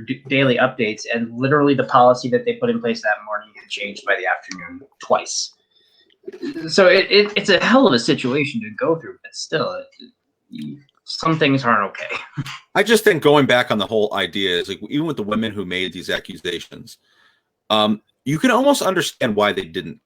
We were talking about this last week on the podcast, how these accusations were made and why did these women wait so long?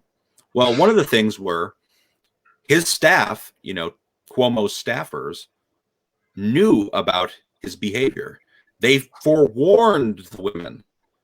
They forewarned the staffers that, watch out for Cuomo. Like, he's a horny guy. Like, what? That's the type of atmosphere of work I'm going to be in. I mean, you got to realize in New York State, who is more powerful than him? I mean, so if you're working for him, he can get you gone in a second, whether that's fired or whether that's you blacklisted from getting any type of job in government. So you got to, you know, people saying they're liars. You got to filter that down to any job you have. You report something to the wrong person who's it's friends the same with the person you reported, you're screwed. It's the same thing when you go back years with Monica Lewinsky and why she waited and why realize the transition of power. We've all taken like these corporate type compliance courses and at work where you realize quid pro quo, and, you know, your bosses, you know, you're dealing with someone of the position of power and you're underneath them. You know, you have to run with a certain stature of respect when in power. That's as simple as that. So, yeah, and I can imagine how intimidating it must have been for these women, and honestly, kudos to them for coming forward. And this was also the case, in Hollywood with Harvey Weinstein. He was doing that stuff for years, man, and everybody knew about it. That's the crazy thing. Yeah, it was a well-known secret. people were scared, and these people in power will use their power, unfortunately, to keep people in a state of fear where they don't feel confident to come forward or like their voice is going to be heard. And I could imagine being in that situation. I feel for these women, and it was courageous for them to come forward to challenge somebody that has the most power in New York State. Yeah, and it's crazy too, because people that are just loyalist, like there's people out there that they're loyalist regardless of what their beloved does, and I can't respect someone like that. Like, I love this person regardless. They could light the world on fire. I'm gonna love them still. Why? Are you serious? Like, you can love them, but you don't have to love what they're doing. People can make mistakes, but certain mistakes, when they happen over and over again, that's kind of like, that should be the defining factor. Did somebody make one stupid mistake when they were younger, which was horrible? Did they pay for their crime? Did they pay for their mistake? Or is it a repeating offense that's happening again? And use that to judge on how quickly you want to cancel them. Yeah, I think authentic love demands justice. I could love somebody, but if you're doing something wrong, I love you enough to not see you stay in this place where you're going to hurt other people and ultimately end up hurting yourself and finding yourself in a much worse situation. So sometimes the most loving thing you can do is confront these people who are, abusing their power to bring them to justice. I've had a weird conversation with a coworker at one time where, I realized the way they were talking to certain people, like people that we served, was inappropriate. It was just, they were disrespectful. And I'm like, I just looked at them like, is this job for you? Yeah. And they get offended. It's like, well, it's a job they get for furious. you. But it's the thing is, like, there's certain people, you don't realize, like, this isn't for you. And it might not be like, I dislike you now, but at the same time, you're dealing with human beings, you're dealing with people. Sometimes tough love is the best love, Yeah. And sometimes you have to stick up for people, because like when I worked in a nursing home, like I'm really kind of started to realize, like, in a lot of ways it was a lot, like, I know everybody throws trauma around, like, whatever, but in a lot of ways it was kind of a traumatic experience, because you're dealing with people that you care for 2-3 years solid, sometimes 4, and then all of a sudden 4 or 5 of them pass away in succession to one another. And the stuff that you see while you're in that environment, you have to open your heart up to be compassionate to a group of people that it's difficult to fathom what they're going through. Because, and what this brought to mind was, there was this one patient that we had that I really had a connection with. He couldn't talk because he had a stroke. Otherwise, you could see in his eyes, he understood every word that came out your mouth. He knew you were there. He responded based on how he crunched up or like clenched his jaw or did whatever. And I remember we were getting him cleaned up one day and doing a bed bath, and my coworker just like kind of like rolled over, just talking as if he's not there. I'm like, you're talking as if he's not even a human. He is there in front of you. And it's like, at that point, like you said, should you be here? Mm-hmm. Well, that, like I said, if you see somebody do something, no matter what field, that's like inappropriate, bizarre, like out of order, you should speak about it in that moment. Fear nothing. Yeah. Like, people worry about retribution and stuff, but ultimately at the end of the day, you're all going to lose your job, and you're going to feel like a real piece of crap when this person gets abused or killed.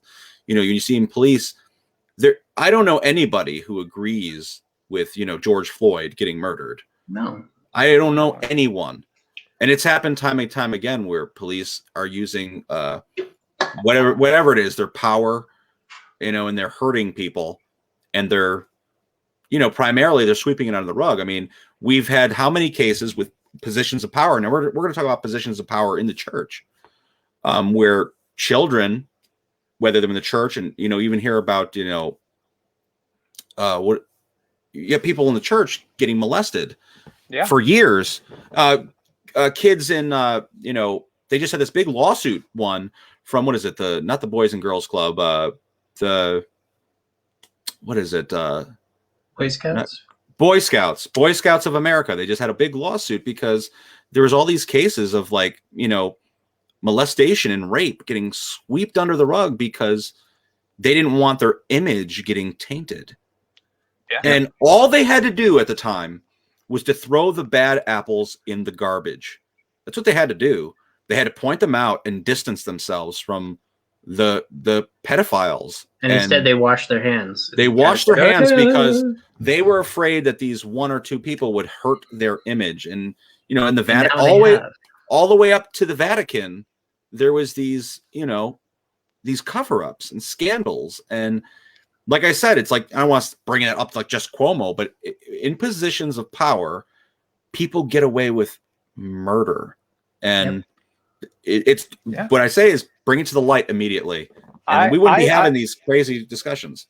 I couldn't agree with you more, Charles. I mean, I have a background in the church, you know, and I've seen, power, be abused. And, one big scandal right now happening in the Christian community is the fall of a prominent, a voice in Christianity, a guy named Ravi Zacharias, a very well-known apologist.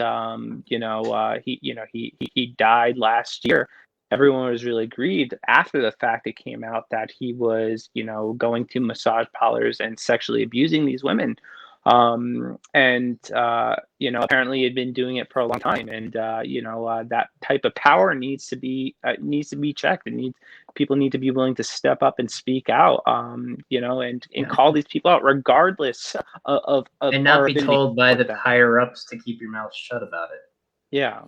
Well, yeah, I agree. You got to look at it in a sense of faith. You know, if you're a devout person, the highest person in your church is the priest. And, the priest is inappropriate with you. Like, this is somebody that may have, baptized your children. This is someone who might have, been there to sanctify your vows in marriage. This is somebody who's been a part of your family in some regard. I've seen what it has done to communities because I've witnessed it. So it's really crazy. And this is just one element of the power play. And, we were talking about it, and it's really again, important. It's a small segment of priests who are actually, that's something that people need to remember too. There are a lot of wonderful priests who do a lot of wonderful things. And that's exactly it. You're right about that too. And we, I don't want to, crap all over the church because, these are real issues. No. I completely agree. Yeah. Sexual abuse is not exclusive to the church. I mean, this is something that is happening in every major institution in society. We've seen it in Hollywood. We've seen it in government. It's rampant in our public schools. If you actually knew the numbers of sexual abuse happening in public schools, it would make what's happening in the church look like a joke. It's 1 in 10 students that are in public schools. And there was a government research done about this. 1 in 10 kids in public schools will be the victims of sexual abuse by the time they graduate. That's really disturbing. We're talking millions. And this people type are of, afraid to talk. Go ahead. I think these numbers too, like they've been around for a very long time. What it is we're now in a place in time where social media and access to people is much easier than it was back in the day. You could just look up a phone number now on your phone and make a phone call or send an email so quick and easy. Send a text message. I mean, back then it wasn't as flick of the wrist easy. And that's the same thing when we talk about like the COVID numbers that are skyrocketed through the roof, and that so many people are positive COVID in the United States. Well, we have to take in consideration we are doing way more testing than all the other places. And that's the same thing when we talk about these numbers with sexual abuse. I mean, we didn't have those figures years ago that we have. So what it means is there was a lot more covering up, but I feel like there's an uplifting story to be told, that with all these people coming out now and the numbers, coming out, that it will only get worse for people to hide. In the future. Because it is a rampant problem. Like, people face abuse so often and are afraid to even, regardless of whether it's a person of power or not, when you get abused, something gets taken away from you. Something gets changed, something gets damaged, gets hurt. You may recover from that. It may take years. It may not happen. But sometimes just the shame of that action is enough to make people not want to come forward, regardless of whether the person's in power or not. and it's a very complicated emotional issue that is unfortunately far too common. I'm a firm believer too that all these things that these people are trying to cover up, eventually it's going to catch up with you. Eventually everything is going to be exposed. We're going to see these things happen. Be it in life, be it in death. Someone's going to speak up eventually, and your house of cards is going to come falling down. I mean, look at the docu series on Netflix, Surviving R. Kelly. Okay, we all remember R. Kelly. I'm in love with a stripper and whatever else he sang, Ignition and Hot in the Kitchen. We all remember that back in the day. And, One Wish, I Wish, those are classics. But this guy had a history of abusing young girls so bad that when I was watching the documentary, I was getting sick, not just at R. Kelly, but people that were in the documentary, like his manager, was a part of it. I don't know why he's not convicted and in prison too. Yeah. He was like helping R. Kelly. He's a facilitator. He was driving. Listen to this. In the documentary, R. Kelly was a Grammy award-winning artist at the time, still living in Chicago, driving to his old high school, and his managers were there. And all these young high school girls were hanging out with him. He was a star, and they were like, he was taking home like 16, 14-year-old, like girls in 9th grade, and they were all part of it. So it just shows you like how things get swept under the rug. It's just like, it could go on forever, but it's like a major, that's one of the first, I think, major. Bill Cosby, the family comic. Well, yeah, the Bill Cosby stories, that goes all the way back to the 80s, but I feel like because there's so much, technology with R. Kelly, and video recordings and everything. And like he created a sex tape with an underage girl and all this craziness, urinating on her and all this stuff. This is what we're talking about. Like people getting away with murder to the point where he literally had a sex tape urinating on a underage girl in her mouth, as disgusting as that is. He paid for it out of court. And then what? He was out making records. His record label did not do anything. They didn't cancel him. They were making money. They were making good money. And now, because the Me Too movement came out strong after him, these activists came out strong trying to bring these many girls to the light. They had no choice because their reputation now was getting damaged. So I say it's a pleasant movement and people should continue it. Yep. Yeah, I think it needs to be investigated, but I agree. Yeah, you need to. It's good to step forward.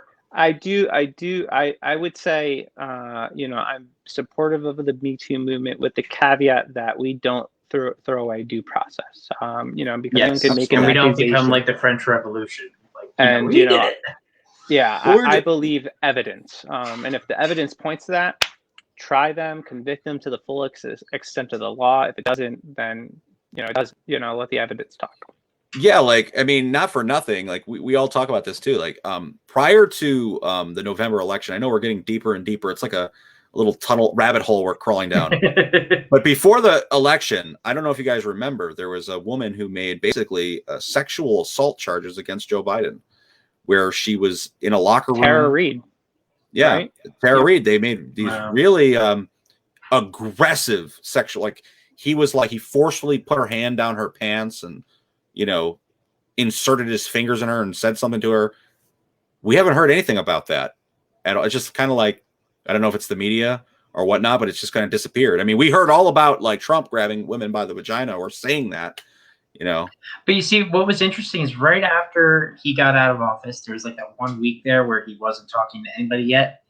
And the entire media was losing their mind because their entire revenue stream was based on talking about this psycho. Or whatever you want to call him. And now all of a sudden, even in not talking about them, they still were talking about him in third person because he wasn't part of the issue anymore. Now we're talking about his absence as opposed to his person. It just, there's something about the guy. Yeah, whether you love Trump or you hate him, I do love that Trump got a lot of people into politics Yes. that would have never got involved into politics. I mean, like, you know, and they started paying So attention. Yeah, it was eye-opening. This is like, I don't want to get too deep in politics, but I really do. I'm curious of this because you're an outspoken guy. Too late. We're too late. But at this point, like, what do you feel about term limits?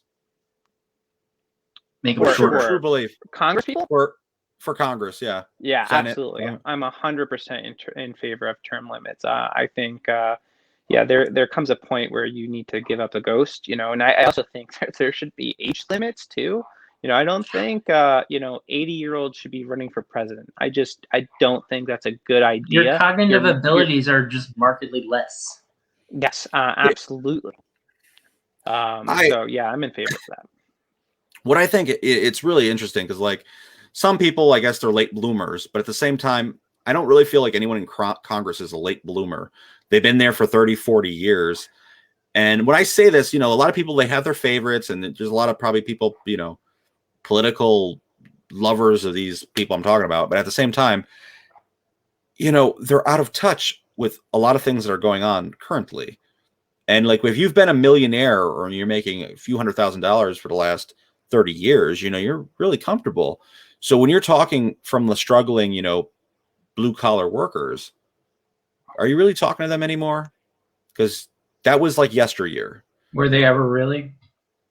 Yeah. Maybe in their introduction stage, you know, but I mean, it is a fresh reminder, even when you see like young, whatever side you're on, it's always, you see a lot of focus on the younger politicians, or like not the younger, but people with fresh ideas. Because like, you know, like, can you imagine, like, just think about it this way. Can you imagine like a Bernie Sanders, but being like 45 years old, you know, somebody that is, you know, can move a crowd with his really wild concepts, maybe not being able to be obtained, but at the same time has a little more, you know, just youth to them. It's a little more relevant. I think if he hadn't been shut out systematically, that he could have actually accomplished that. Yeah, I mean, whether you like him or not. People saw the you know, not for nothing. I mean, people are going to hate me for this, but people saw the hypocrisy through him as well. You know, you got a guy who's like, I'm claiming to be a socialist, and I'm against the millionaires, trillionaires, everybody. They backed him as well. You know, even though he claims that his donations were primarily like whatever it was, $15 per person, but at the same time, you know, the guy owns like 2 mansions and, you know, second home and stuff like that. John Boehner, the former GOP leader, is now the owner and CEO of the largest weed manufacturing, growing, farming, distributing, and dispensary company in the freaking country. Wow. Wow. I didn't know that. Yeah. Fun. That's a fun fact of the day. Mm-hmm. I just saw that the other day. I was like, John Boehner? You mean? Why is it okay now? And he goes, well, it's not illegal anymore. Well, that's the hypocrisy I'm talking about. You were against marijuana your whole career, but since it's now benefiting you by the billions. I saw a vein pop in your head there. Yeah, it is annoying, you know, and that's the whole thing. Like, if you're a politician, your rules, you know, things that you've put through office for years, you know, laws that you're against that are changing people's life. People are incarcerated. They flat out asked him that, and he goes, well, it's not against the law anymore. People are incarcerated based on your belief system and how you vote. And then you go out and you make a killing off of these people that are still probably doing time. Kamala. You know, it is what it is. And, you know, the same thing goes for, like, I had a few conversations, too, about bail reform and how people are really against it. Now, I'm in the middle because here I am. You see all the wealthy people, they can get out of jail instantly, like a get out of jail free card. I mean, money ain't an option to them. But some Joe Schmo, he might have done something heinous, but he did the same heinous thing that the rich guy did, but the rich guy got out. Yeah. So why are we really fighting against the reform? What's the reason for a lot of people? It's tough. I'm Because going to shoot from the hip a little bit here. You know, I think some people are at least against it because there are people that are committing, I mean, some very serious crimes, and they're just getting out the next day just to do it all over again. I think that's like the main concern. You know, but so what about the rich guy? yeah, The rich guy can get I agree out. with you. Yeah, That's the Especially, problem. See, that's the problem. His And may not be an act of systemically, violence, it's embezzling, and you well, hurt more that's people. that's the thing. The law, in my opinion, should be reformed where if it's a violent offense, you're stalking somebody, it's a violent offense, you don't get out regardless, rich or poor. If But you rob millions of people of their entire life savings, you don't get out. well, maybe not, because that's a loophole, maybe. I don't know. But what I'm saying is, like, it's an unfair way the system is, because, like I said, it's set up for the rich to get a better lawyer, have more time out of jail. And then when you think about the people that are in jail, the mass incarceration of African Americans, it kind of looks like the whole idea of systemic racism. When you have someone like, a majority of inner city poor people that are getting incarcerated, they can't get out. They might have been in there for, a DWI, and they're stuck in there now, without a license, whatever, but the rich guy gets right out and he's sitting comfortably at home waiting for trial. Like, And he may have had like 10 grams of coke in his car, while the poor guy may have had a joint. Exactly. So, like, I don't know. We're getting in all these like loopholes here. I think it's fun. It's exciting. I don't know. It's not exciting. A lot of people off in the process. It's not exciting for the people that are incarcerated. Not at all. But listen, Drugs are bad, okay? The whole point is speak for things you believe in, and don't regret them. Just be informed about them entirely. So we're not going to keep this conversation too long, but I do got a couple more questions for you. What do you find the most challenging part about having your show? I would say probably the most challenging part is talking about some of these hot topic issues, and also kind of shielding my family from some of it. Recently, I made the decision that I'm not posting any pictures of my daughter, because I don't want her getting caught in the crossfire. But talking about these hot topic situations, I mean, I've lost friends. I mean, real people that I know more this past year than any other year. And that doesn't get easier. It's been very difficult, but at the end of the day, I have to, I'm committed to being somebody that's pursuing the truth and saying what I believe is true, regardless of how that makes some people feel. But it still does hurt when I do lose real people that I actually know. I do think I've been a little bit more numb to negative comments. You just kind of develop a thick skin for it. But no one, I never make a video or make a post and I'm like, yeah, I'm just really happy to piss you off right now, even though I know that that's what's going to happen.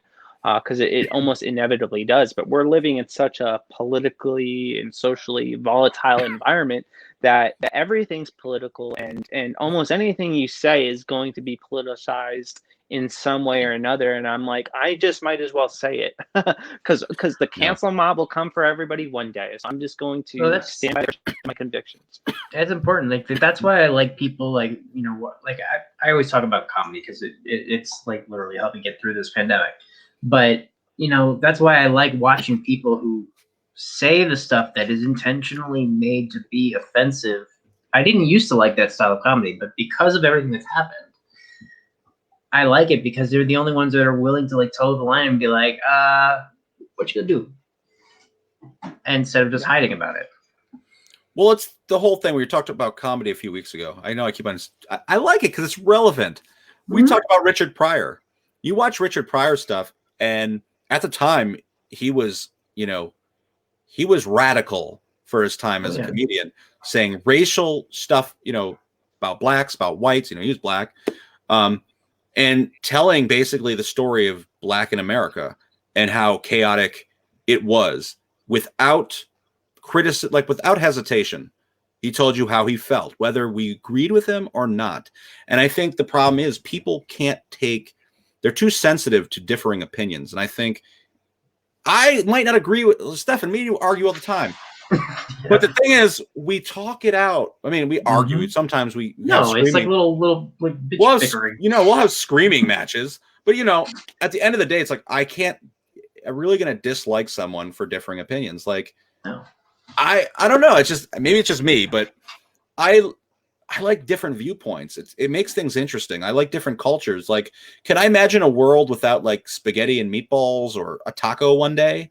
Or I can't get sushi because wait, I can't mix it up. No, like it was a stupid metaphor. Hey, that's cultural appropriation, man. You can't enjoy. You can't enjoy. Can't enjoy it all. Other I cultures. can't enjoy it. That's something that has always kind of boggled my mind. Is this idea of cultural appropriation? Like people getting upset because someone's dressing like Moana. For me personally, That's a princess to them. I appreciate other cultures. Like, yeah, I'm going to be a part of it because I love what they contribute. And I think that's something beautiful and something that should be celebrated. I'd be honored. I'd be happy. Yeah. It's funny. My sister just got an ancestry test a while ago. And I had found out I am so many more nationalities than I ever thought I was. I was born to believe I'm Italian. My father was Italian. My mother was Italian, maybe mixed a little bit. But I'm so many other things. And when you go back in your ancestry, it only goes back like maybe 140 years. We've been around for lots of years. So you can't tell me that we're not many other things. And then what percentages of me create me something? For example, what if I'm 1% Asian? Am I not Asian enough? Or if I'm 0.5% black, am I not black enough? I'm That's 1% Viking, apparently. It's like there's a girl on, I don't know what her name is, Whoa Vicky, that's on YouTube, who took an ancestry test and she claims she's African American. I mean, she's whiter than me, but she's 1%, and she's, if they're saying cultural appropriation, I mean, the girl, is doing all types of things that she believes that black culture does. And I don't know if she's trying to make a joke of herself by making herself seem silly the way she's talking and everything. But at the same time, like, who's to say, I mean, if we're going back millions of years, we're talking about Pangea, okay, when all, our continents were one. Africa. We all came from one place. And over time, we evolved in different places, apparently. If we want to believe in that way of life, if we evolved from monkeys, or even if we don't believe in that and we believe we're from Adam and Eve, we came from one place, or we came from an alien ship here. We're on this planet together at the end of the day. And if I appreciate your culture in any sort of way, why do I have to apologize for it? Why do you got to tell me what to do? Like, you're not me. I'm not you. Your leader. I'm not disrespecting you. If anything, like, you know what I mean? You're teaching me how to do something correctly or not. I think it's a melting pot. I think the world should be a melting pot. We should get back to that way. All of our favorite foods are from other cultures, and I love it. And I love it, man. I love eating different foods. I love trying new things. Man, when I was in India, I was doing as the Indians do. I was wearing a dhoti and eating with my hands, and like, I wasn't appropriating their culture. I wasn't passing on, pretending it was mine. I was participating in it, and I think that's a beautiful thing. I think we need to have more discussions like this. I think it's been an interesting conversation. I really enjoyed this one. Yeah. Yeah. So I'm going to ask you one last question. You can answer it how you want.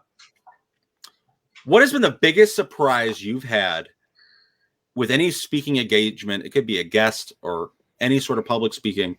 What is the biggest thing that surprised you?